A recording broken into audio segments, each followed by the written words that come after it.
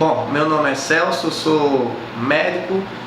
especialista na atenção primária, né? Estou mestrando do ProfSaúde, Fiocruz e Universidade Federal de Alagoas. Sou professor da Universidade Federal de Alagoas, campus Arapiraca. Sou preceptor de estágio rural do SESMAC, aqui em Arapiraca também. E trabalho, no momento estou na coordenação da médica da atenção primária aqui de Arapiraca. Bom, o tema que nós vamos abordar hoje é um tema que é um tema bem atual, que fala sobre a parte de segurança do paciente. Então, é um assunto muito explorado hoje, principalmente pelas instituições, principalmente pela parte de organização, uma vez que trabalhar com a segurança do paciente, ele também define um padrão de qualidade para as instituições e garante também uma qualidade para o usuário.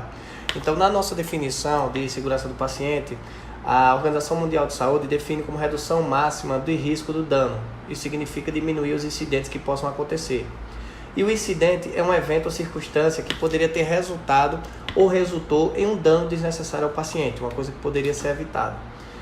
Esse tema ele veio à tona com uma força muito grande a nível mundial depois que foi realizado um estudo americano, que é chamado de Tuer e Zuma, em que ele aborda essa parte do erro, o médico, o erro dentro do ambiente do cuidado, do ambiente hospitalar e de outras áreas. E ele percebeu que a quantidade de dano causado ao paciente por esses erros dentro de uma instituição de saúde podia ser equivalentes aos danos causados em parte de acidentes automobilísticos ou casos de câncer ou doenças como infecto-contagiosas como a AIDS, e que isso provocava um grande gasto para a saúde pública e para os hospitais e para as estruturas, sejam elas públicas ou privadas. E aí, dentro de uma perspectiva histórica, se você observar, desde a época da enfermeira Florence Nightingale, ela já defendia essa parte, e que ela defendia que a estrutura e a organização do hospital influencia muito na saúde e na qualidade da recuperação do paciente. Outros nomes que são muito importantes, que foram também parte dessa história, tem o Ernest Kudman, que defendeu a parte de publicar os artigos, não só aqueles que fossem com um resultado positivo, mas aqueles que tivessem qualquer tipo de resultado, para isso ajudar na elaboração dos processos de trabalho, para ver o que poderia ser bom ou de ruim que estava sendo executado. E o grande nome do momento assim é Dona Bedian, em que Dona Bedian ele relaciona diretamente a parte dos processos de trabalho, a parte de segurança do paciente e a parte da qualidade da assistência. Inclusive, ele foi incorporado dentro da Sociedade Médica americana das dimensões da qualidade, em que foram colocados 6 etapas, 6 passos: segurança, efetividade, atenção centrada no paciente, oportunidade do acesso, a eficiência e a equidade. Então, essas são as 6 dimensões que a gente tem que alcançar para que a gente consiga garantir a segurança do paciente e a qualidade na assistência também. E aí vem um outro termo que era muito utilizado, que era o erro médico, em que se confundia muito, qualquer assistência que fosse prestada de forma deficiente ao paciente ou ao usuário, ele era tido como erro médico e muitas vezes não chegava a ser praticado por este profissional. Era um erro da estrutura, da assistência, do processo de trabalho. E aí começamos a trabalhar com outros modelos, como a denominação do evento adverso. E aí temos uma etapa bem interessante quando a gente fala da perspectiva do erro, que foi o modelo de James Reason, em que ele criou e mostrou que se nós criarmos bloqueios dentro da assistência, na parte do processo de trabalho, para que esses eventos adversos não atinjam o paciente, a gente vai estar protegendo ele. E esses bloqueios eles botou como? Na forma de checklists, na forma de rotinas, na forma de processos de trabalho bem estabelecidos dentro da unidade, em que cada um vai seguir o seu passo a passo, como acontece na parte da aviação, em que cada vez que você embarca no avião, você tem aquela rotina todo aquele processo de segurança, toda a parte de conversação em relação à possibilidade de, caso venha acontecer alguma coisa de turbulência, ou de inadequado, ou de evento adverso dentro do voo, você já vai estar sabendo o que fazer. Então, mais ou menos essa mesma perspectiva. E aí, se estabelece a parte dos eventos adversos, e o grande foco de estudo que nós temos no momento é a parte hospitalar. Por quê? Porque como a tecnologia é maior dentro desses estabelecimentos de saúde, então é mais provável que o erro aconteça com maior frequência lá. No entanto, No entanto, não podemos descartar que o erro também possa acontecer já vindo da atenção primária. Então, como o grande foco do processo, do projeto, né, a nível mundial, a nível Brasil, foi de enfocar o hospital, então começou a se trabalhar algumas metas, né, e alguns processos para estabelecer a implantação da segurança do paciente dentro do hospital e dentro da nossa rotina de acompanhamento. Dentre elas, né, a portaria do Ministério da Saúde 529/2013, em que cria o Programa Nacional de Segurança do Paciente, que ele visa prevenir, monitorar e reduzir a incidência de eventos adversos nos atendimentos prestados, promovendo melhorias relacionadas à segurança do paciente, à qualidade e serviços do país. Isso em qualquer serviço de saúde, desde o hospital até a atenção primária, secundária, terciária, em qualquer nível, em qualquer esfera que você vá atuar. E ele, para que serve esse núcleo, esse programa? Ele vai apoiar e implementar iniciativas voltadas à segurança do paciente, por meio de quê? De núcleos de segurança que serão implantados nessas instituições de saúde, em que dentro do hospital deve ter um núcleo para cada hospital, e dentro da atenção primária, um exemplo, pode ter um núcleo municipal que sirva e garanta essa visão de segurança do paciente para todas as unidades básicas de saúde ou todo o serviço de saúde do município. E aí, para chancelar realmente, a Anvisa publica a RDC 36/2013, que a causa, né, deixa obrigatória a constituição do núcleo de segurança do paciente nos serviços de saúde, inclusive obrigando as instituições a se cadastrarem no Notivisa, para que ela tenha um grupo condutor, um grupo responsável por esse tema dentro do hospital ou da atenção primária, que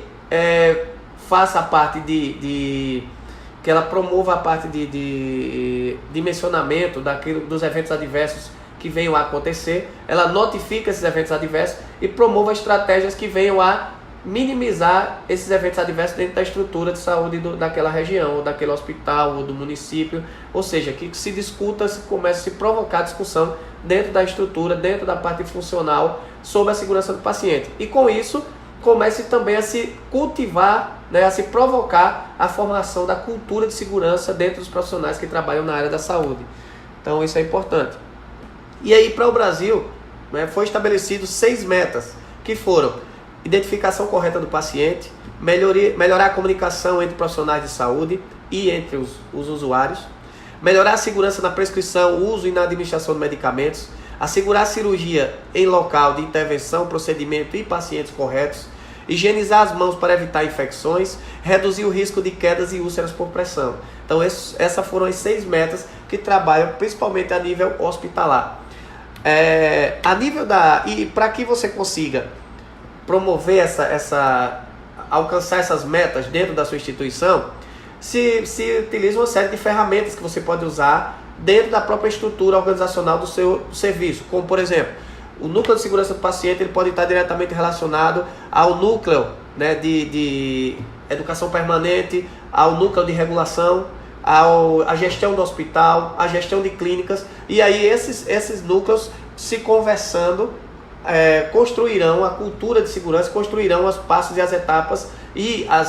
os processos de trabalho, né, provocarão melhorias nos processos de trabalho, levando à melhoria da segurança do paciente e a garantir a melhoria também da qualidade da assistência daquele serviço. Então esse é mais ou menos a cascata que vai sendo provocada. E quando a gente fala em cultura de segurança, o interessante é que nós podemos utilizar com muita força, com muita potencialidade a atenção primária, que é uma coisa que ainda não tem tanto estudo, tanto quanto a parte hospitalar, poucos grupos estudam isso, mas que devido aos seus atributos, que são relacionados à atenção primária, como o primeiro contato, a longitudinalidade, a integralidade, a acessibilidade, a coordenação do cuidado, ela acaba provocando uma facilidade em você abordar essa parte e promover a segurança, a cultura desse tema dentro tanto dos profissionais que trabalham com saúde, como também daqueles que vão receber esse cuidado do paciente. E aí eu consigo tirar esse paciente e fazer com que o profissional, tanto a equipe da parte da atenção primária, como também o usuário que já está usando a atenção primária, que é a grande maioria, né, que é o percentual maior, ele chegue já na instituição hospitalar, já com essa cultura de segurança implementada e tenha também a capacidade de cobrar, né, que ele seja seguido o mesmo padrão de segurança que ele vinha sofrendo desde a atenção primária. Então isso aí é uma das coisas que a gente pode potencializar na atenção primária. E levando em consideração também que cada vez mais a atenção primária ela vai se especializando, ela vai aumentando a sua tecnologia no cuidado, porque nós temos um aumento hoje da sobrevida dos pacientes. Então, os pacientes hoje eles vivem mais, então eu tenho um maior número de idosos, eu tenho um maior número de pacientes com doenças crônicas, eu tenho pacientes que têm um estado de saúde mais grave, ou que às vezes foram deshospitalizados e que estão em casa, em internação hospitalar ou em acompanhamento domiciliar, que fica sob responsabilidade também da atenção primária e acaba tendo uma capacidade, né, uma necessidade maior e uma maior propensão a ser atingido por esse erro, pela falha ou pelo algum evento adverso que possa provocar um dano a ele. Então, por isso que a cultura de segurança deve circular com muita força nesses locais. E aí, o interessante é que a OMS já em 2008 ela falava sobre os cuidados primários e ela ainda mostrava que nós temos limitações na prestação do cuidado na atenção primária e classifica ainda a nossa atenção primária como um cuidado ao paciente pouco seguro. Então isso aí é um dado que a gente também, que fortalece mais ainda para que a gente venha a trabalhar esse tema dentro da atenção primária. E um estudo, né, de McHenry, uma revisão de literatura, em 2008 também, na sua revisão, ele observou que uma boa parte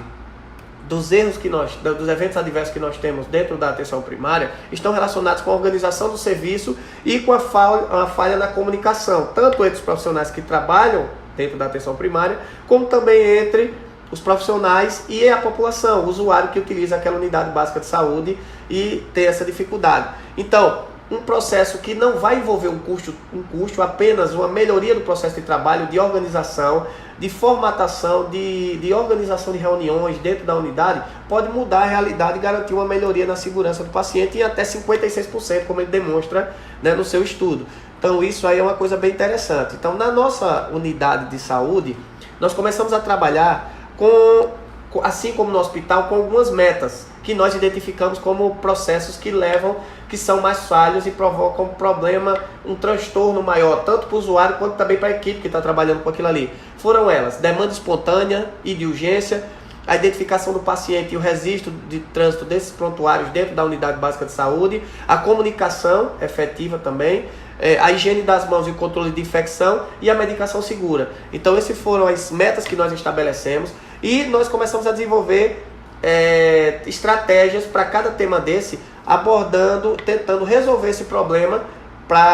internamente, né, com a participação do Conselho Municipal de Saúde, do Conselho Local de Saúde, do próprio usuário e dos servidores, dos profissionais que trabalham diretamente nessa área, para que a gente conseguisse minimizar o dano que esses sistemas provocavam ao nosso usuário. E aí, dentro da demanda espontânea, nós criamos